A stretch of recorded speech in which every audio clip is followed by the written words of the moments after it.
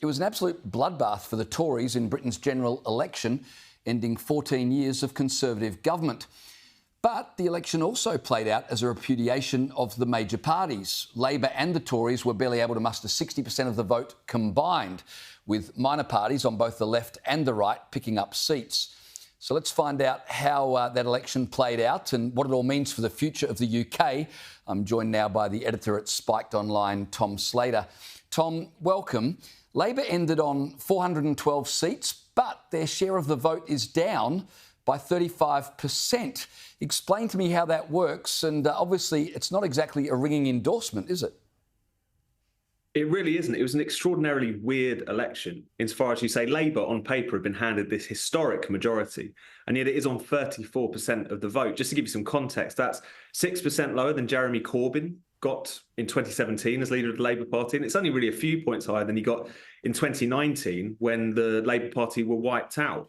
I think the real story here is not about Labour surging to victory. It's about the Tory Party collapsing, very much accelerated by the Reform Party insurgency to its right. And what we're really looking at here is a Labour Party who's given its share of the vote. I mean, this is the lowest vote share won by a single party government in post-war history. When you really crunch the numbers, they're only really about 20% of the voting public voted for them. And yet they've got, again, on paper, this mandate to reshape the country. So really interesting times ahead, I think.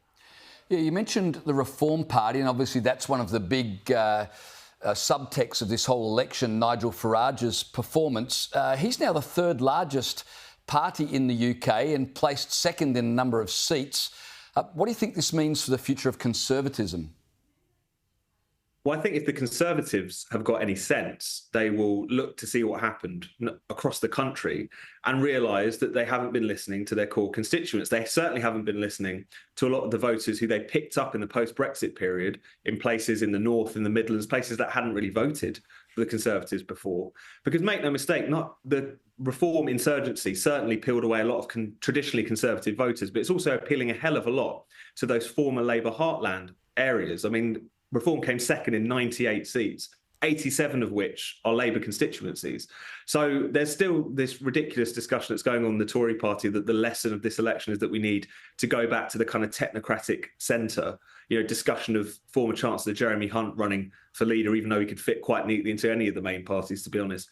What's clear is that there is still that appetite for a Brexity politics, something which has that kind of populist spirit behind it. And if the Tory party don't heed the election results that we've seen, then I think they really will confine themselves to electoral irrelevance for many years to come.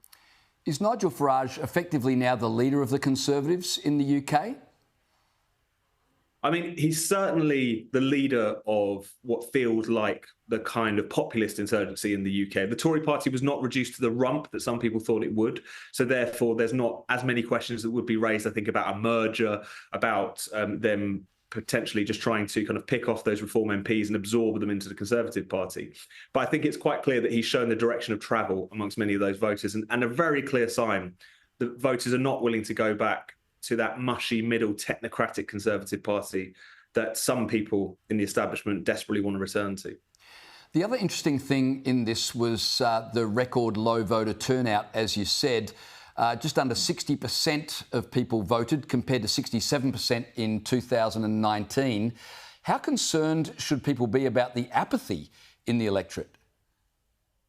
I think this is very concerning. And I think it's telling about how uninspiring the two main political parties were. Obviously, there were certain sections of the electorate that were fired up by Reform. There were certain sections of the electorate which were just very keen to get rid of the Conservative Party. But it's just a reminder that now that we have Labour and the Tories who are led or have been led up until this point, once again by very middle-of-the-road, technocratic, managerialist type politicians, that does not inspire people. But most people are going to look on that with a kind of mix of bemusement and apathy. And I think it's just a reminder that whilst we had that period post-Brexit where voters were really engaged, where they really felt like they had a stake, they really felt like they had a seat at the table, that their views were being listened to, even though it was a bit of a battle to get Brexit over the line. I do worry that we're going back to a period in which politics is something which happens in a kind of rarefied circle. But the way to engage voters is to actually put some ideas, some interesting parties before them. And I don't think it'll be long before we get some more choice in these elections, given how mixed they were.